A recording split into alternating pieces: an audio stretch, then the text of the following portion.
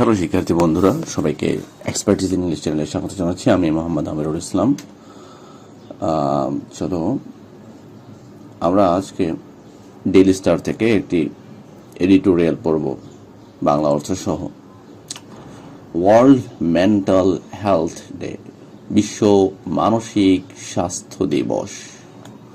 Time for a journalist to speak up about their mental health.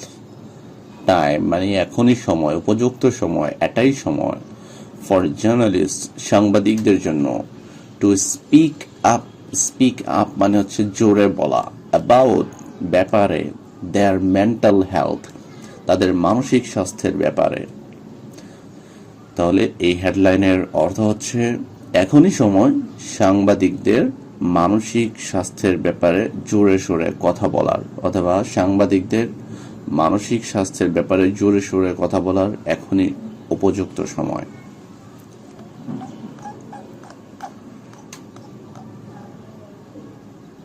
The historic daily star পত্রিকার লেখাগুলো আমার ভালোই লাগে, এবং বিশেষ করে এডিটোরিয়ালগুলো।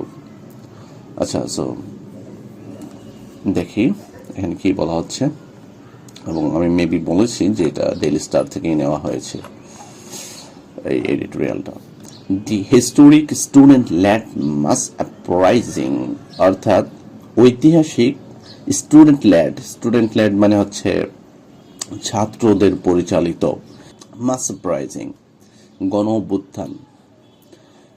দ্যাট টপল্ড, দ্যাট মানে এই যে মাস আপরাইজিং, টপল্ড নাড়িয়ে দিয়েছে, দি অলমোস্ট 16 year লং, অর্থাৎ প্রায় 16 বছর দীর্ঘ শেখ হাসিনার রেজিম, শেখ হাসিনার রেজিমকে, রেজিম মানে হচ্ছে শাসন, regime has left a grave mark of trauma behind. তাহলে হ্যাজ লেফট অর্থাৎ রেখে গিয়েছে এ গ্রেভ মার্ক মানে গুরুতর ক্ষতচিহ্ন, মারাত্মক ক্ষতচিহ্ন, অফ ট্রমা বিহাইন্ড। ট্রমা মানে যে মানসিক আঘাত, মানুষ বিহাইন্ড পিছনে।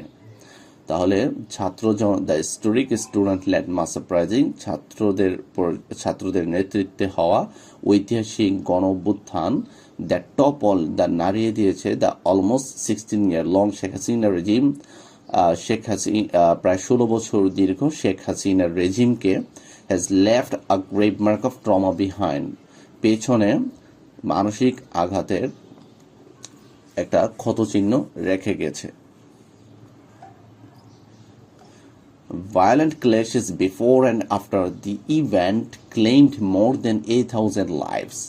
তাহলে ভায়োলেন্ট মানে সহিংস, ক্লেশেস মানে সংঘর্ষ, ভায়োলেন্ট মানে সহিংস সংঘর্ষ, before and after the event, অর্থাৎ ইভেন্ট মানে যে মুভমেন্টটাকে বলা হচ্ছে, এই আন্দোলনের আগে এবং পরে, ক্লেইমড মানে কেড়ে নিয়েছে, মোর দেন 8,000 লাইভস, অর্থাৎ 1,000-এরও বেশি জীবন কেড়ে নিয়েছে। Journalist on the fields suffered blues from the both sides of the movement, the security forces and the protesters. তাহলে সাংবাদিকরা, জার্নালিস্ট অন দ্য ফিল্ডস মাঠে থাকা সাংবাদিকরা, সাফার্ড ব্লুজ মানে ব্লু মানে হচ্ছে এখানে আক্রমণের শিকার হওয়া। তাহলে তারা আক্রমণের শিকার হয়েছেন ফ্রম বোথ সাইডস, উভয় পাশ থেকেই, অফ দ্য মুভমেন্ট আন্দোলনের উভয় পাশ থেকেই তারা আক্রমণের শিকার হয়েছেন। দ্য সিকিউরিটি ফোর্সেস নিরাপত্তা বাহিনী, অ্যান্ড দ্য প্রোটেস্টার্স এবং আন্দোলনকারী, প্রোটেস্টার্স মানে আন্দোলনকারী, উভয় দিক থেকেই তারা যে আন্দোলনকালীন একটা পাল্টা ধাওয়া চলে সেটার সম্মুখীন সাংবাদিকরা যারা ফিল্ডে কাজ করেন তারা কিন্তু এই কখনো কখনো বিপদে পড়েছেন। তারপর বলা হচ্ছে at least 4 journalists died and many more were injured. তো এখানে বলা হচ্ছে অ্যাটলিস্ট 4 জার্নালিস্ট ডাইড, অন্ততপক্ষে, অ্যাটলিস্ট মানে অন্ততপক্ষে 4 জন জার্নালিস্ট মারা গিয়েছে, নিহত হয়েছে, অ্যান্ড মেনি মোর এবং আরো অনেক, ওয়ার ইনজুর্ড আরো অনেকে আহত হয়েছে। Apart from physical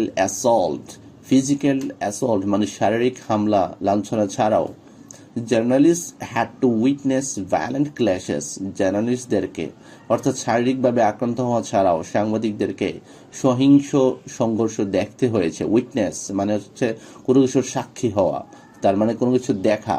witness violent clashes অর্থাৎ সহিংস সংঘর্ষ তাদেরকে প্রত্যক্ষ করতে হয়েছে। People being shot and killed, তাদেরকে দেখতে হয়েছে যে মানুষকে মারা হচ্ছে, গুলি করা হচ্ছে এবং হত্যা করা হচ্ছে। লিঞ্চিং, লিঞ্চিং মানে হচ্ছে বিচার বহির্ভূত বা আইন বহির্ভূতভাবে হত্যা করা। লিঞ্চিং দেখতে হয়েছে। অ্যান্ড অ্যাগ্রাভেটেড মব অ্যাক্টিভিটিস, এবং বিক্ষুব্ধ জনতার কার্যক্রম। অ্যাগ্রাভেটেড মানে বিক্ষুব্ধ, মব মানে জনতা। তো এখন বিক্ষুব্ধ জনতার কার্যক্রম তাদেরকে প্রত্যক্ষ করতে হয়েছে। ক্লিয়ার সবার? না বুঝে থাকলে কমেন্ট করুন। তারপরে আমরা তারপরে লাইনটা দেখি সবাই। তাহলে এই সেন্টেন্সগুলো কেমন লাগছে কমেন্টে একটু জানাতে পারেন। যে ওকে, তারপর বলছে many journalist are still suffering from post traumatic stress disorder, PTSD, anxiety, depression and other mental disorientation. তাহলে মেনি জার্নালিস্ট, অনেক জার্নালিস্ট সাংবাদিক, আর স্টিল সাফারিং এখনো ভুগতেছে, ফ্রম কোত্থেকে, পোস্ট ট্রমাটিক স্ট্রেস ডিসঅর্ডার, পিটিএসডিতে ভুগতেছে। তার আর কিছু ভুগতেছে অ্যাংজাইটি, অ্যাংজাইটি মানে বিষণ্ণতা, উদ্বিগ্নতা, অ্যাংজাইটি মানে উদ্বিগ্নতা, ডিপ্রেশন বিষণ্ণতা, অ্যান্ড আদার মেন্টাল ডিসওরিয়েন্টেশন, এবং আরো অন্যান্য মানসিক ডিসঅর্ডার অর্থাৎ বৈকল্যে ভুগতেছেন। তাহলে অনেক সাংবাদিক এখনো পিটিএসডি, অ্যাংজাইটি, ডিপ্রেশন এবং অন্যান্য মানসিক বিশৃঙ্খলায় ভুগতেছেন, অথবা বৈকল্য হতে পারে, মানসিক বৈকল্যে ভুগছেন, ডিসওরিয়েন্টেশন। Although journalists constantly deal with stressful situations, they seldom seek help. যদিও যদিও সাংবাদিকরা, জার্নালিস্ট, কনস্ট্যান্টলি মানে সব সময়, ডিল উইথ সব সময় হচ্ছে তারা ডিল করেন, অর্থাৎ মানিয়ে নেন, deal with stressful situations. Stressful মানে যেখানে অনেক চাপ, স্ট্রেসফুল সিচুয়েশনের সাথে তারা সব সময় কাজ করেন, সিচুয়েশনের সাথে তারা সবসময় খাপ খাইয়ে নেন। দে সেলডম সিক হেল্প, সেলডম একটা নেগেটিভ অ্যাডভার্ব। তো সেলডম সিক হেল্প মানে তবুও, এই অলদো অর্থ যদিও, তবুও, দে সেলডম সিক হেল্প তারা সাহায্য চায় না বললেই চলে, অর্থাৎ তারা তেমন সাহায্য চায় না এত স্ট্রেসফুল সিচুয়েশনের সাথে কাজ করেও। There exists a great deal of stigma around mental health, অর্থাৎ there exists মানে হচ্ছে রয়েছে a great deal of stigma around mental health, মানে মেন্টাল হেলথ অর্থাৎ মানসিক স্বাস্থ্যকে ঘিরে কি রয়েছে, স্টিগমা মানে কলঙ্ক, তবে এইখানে হবে একটা কুসংস্কারের মতো বা এমন কোনো কিছু যে কাজটা করলে মানুষ আপনাকে একটু দুর্বল মনে করবে বা একটু খারাপ চোখে দেখবে, সেটা রয়েছে। স্টিগমা রয়েছে যে a great deal of stigma around mental health, around মানে হচ্ছে মেন্টাল হেলথকে ঘিরে, হ্যাঁ, অনেক স্টিগমা রয়েছে। তো এরপর বলা হচ্ছে যে a common misconception is seeking help might make them look vulnerable and unfit to perform their jobs.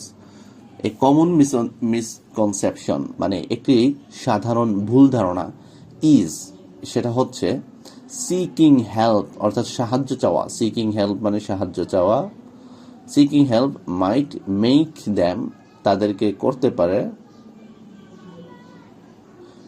look vulnerable and unfit to perform their jobs, এর ফলে তাদেরকে মনে হইতে পারে যে তারা ঝুঁকিতে রয়েছে, vulnerable মানে ঝুঁকিতে থাকা, and unfit মানে অযোগ্য, to perform their jobs যে তারা হয়তো তাদের কাজ করার জন্য উপযুক্ত না, তারা যোগ্য না, কারণ সে মানে এমনটা মনে হইতে পারে যদি তারা সাহায্য চায়।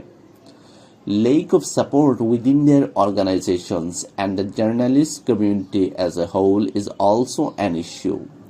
তাহলে lack of support অর্থাৎ সমর্থনের অভাব, lack মানে অভাব, কিসের অভাব, সমর্থন, সাহায্যের অভাব, within their organizations তাদের নিজেদের, within মানে মধ্যে, নিজেদের অর্গানাইজেশন সংগঠনের মধ্যে অ্যান্ড দ্য জার্নালিস্ট কমিউনিটি এবং সাংবাদিক কমিউনিটির মধ্যে অ্যাজ এ হোল সার্বিকভাবে ইজ অলসো অ্যান ইস্যু, সেটাও কিন্তু একটা ইস্যু, সেটাও কিন্তু একটা সমস্যা।